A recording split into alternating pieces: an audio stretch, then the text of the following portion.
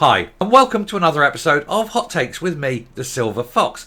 I was trawling around looking for stories today, as I do first thing each day. And I lighted on this one. It was down deep in the depths, down at the bottom of the webpage of the Daily Record. Now, this is at this point, it's not even 3 hours old, this story. And yet already it had been relegated quite a way down. So not a lot of people will be aware of it or have seen it. But I think it's quite a telling little tale, a cautionary tale, one may say, of what not to do in the SNP when you feel strongly about something. And it's sort of someone who's no longer an SNP MSP is speaking out, spilling the beans, and saying the sort of thing that happened. And as we read it, I think nobody will, of course, be surprised at this. It's just unusual, I think, for anyone to come out and actually admit that it's happening. So let's look at this and see what goes on behind the curtains of the SNP. We'll lift the veil just a little bit. Here goes. So, former MSP claims critics of Nicola Sturgeon faced dirty tricks for speaking out.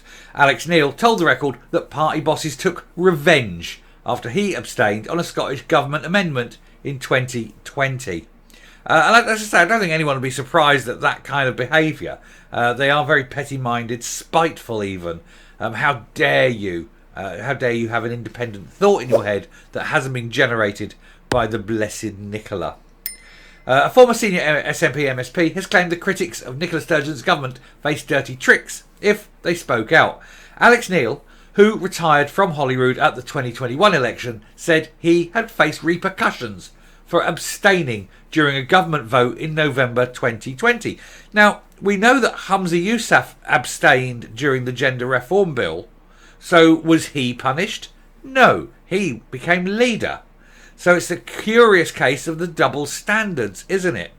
And of course, I'm pretty sure that Alex Neil, sort of abstained on principle, whereas Humza Yousaf abstained through sheer cowardice.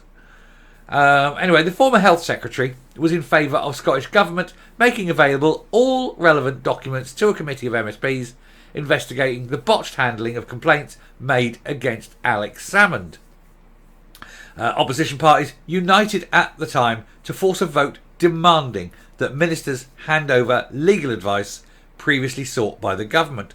It should be a case that after any sort of period of time, all legal advice received by governments is published. I think that has got to be something, in an open society. You keep it quiet while any ongoing court case is going, or while there's any kind of appeal. But, say within 6 months of any appeal finishing, 6 months at the end of any kind of legal, action, should we say, it should be made available. You just put a 6-month time limit on it. Obviously you have to allow in case there's appeals, but then after the appeals run out, then you publish it. And I think that would be a fair and open thing to do. So of course it won't happen under the SNP because they are neither fair nor open. Anyway, Neil told the Record that party bosses took revenge after he abstained on a government amendment put forward during the debate. It followed a tweet posted on Sunday in which he said, "I can vouch for the dirty tricks played on people who dared to disagree with Sturgeon and Murrell because they ran that party as their own personal vehicle for their power. It wasn't a democratic party. It was the Nicola Sturgeon party. And if you did and had any views that weren't hers, you were punished for it. And that is no way to run a democracy." Neil was responding to a newspaper article on the ongoing police investigation into how donations to the SNP were spent. There was a vote on publishing papers, he said, from the committee handling the Salmond inquiry. There had been a promise to give them everything they asked for, and the government reneged on that, he said. The opposition put down a motion, and the government put down an amendment to stop them having to hand over the papers to the committee. Why? What are they ashamed of? What are they trying to hide from people? I abstained and I told them a day in advance. In my view, the promise had been made and the founding principles of the Parliament had been transparency and openness. The government motion undermined that. Well, that's no surprise, is it, given that this is the SNP and they want to undermine openness and transparency because they are so massively secret. Everything they do is shrouded. Neil added, I was due to hold a members' debate on prison reform, but they used their power to stop me getting that. Public policy was put secondary to getting revenge on me for abstaining.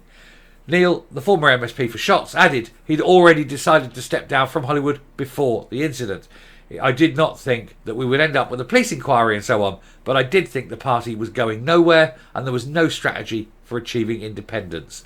And he was 100% right, and they're still going nowhere. And independence is still not a thing for them. It is unachievable, regardless of who wins the next general election at Westminster, because neither party will offer them referendum. Referendum is not their way of getting it, because nobody, even if they win the right to hold a referendum, the people of Scotland will say no anyway. It's a pointless waste of time and effort. But yeah, it just goes to show that the SNP would actually harm potential changes that would benefit people simply because he said no to a motion. It doesn't. I was going to say it beggars belief, but actually no, it's the SNP. It doesn't. You wouldn't expect anything less. We will deliberately harm the people of Scotland so that we can make a point and punish this one man who dared to have an independent thought that did not come from the inner mind of Nicola Sturgeon. What a sad day for Scotland. And I shall round off there and come up. Of course, none of us are particularly surprised at this level of kind of petty-mindedness and revenge. It is exactly what we would expect from such a party. But it is the curious double standards. It's funny how some people get punished and other people are allowed to get away with it.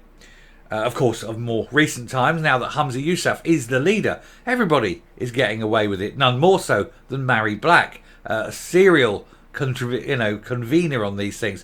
She has, on several occasions, gainsaid what the party policy is, voted against the party, attacked and criticised the party leadership and Humza Yousaf in particular, and yet nothing seems to be coming her way. I suspect that's mainly because although he's sitting in the big chair, he's not the leader. He has the title, but he doesn't have the big stick with which to beat them. Sturgeon did have that. He doesn't, and he never will. He's leader in name only, and he's got no real authority, and that is why they feel able to get away with it these days. But this guy, Alex Neil, he didn't get away with it. He was punished, much to the detriment of the people, but simply because he has principles. And it's a very dangerous thing in politics to have principles. And as Groucho Marx says, this is what I stand for. These are my principles. And if you don't like them, I have others. Anyway, I shall round off there. Thank you very much for watching. If you like what you've seen here on the channel, please hit that subscribe button, ring that bell, leave a like, leave a comment, please share the video. But mainly, leave the like. That's the big one. And until next time, stay safe, stay well. Don't annoy Nicola. She'll come after you. And goodbye.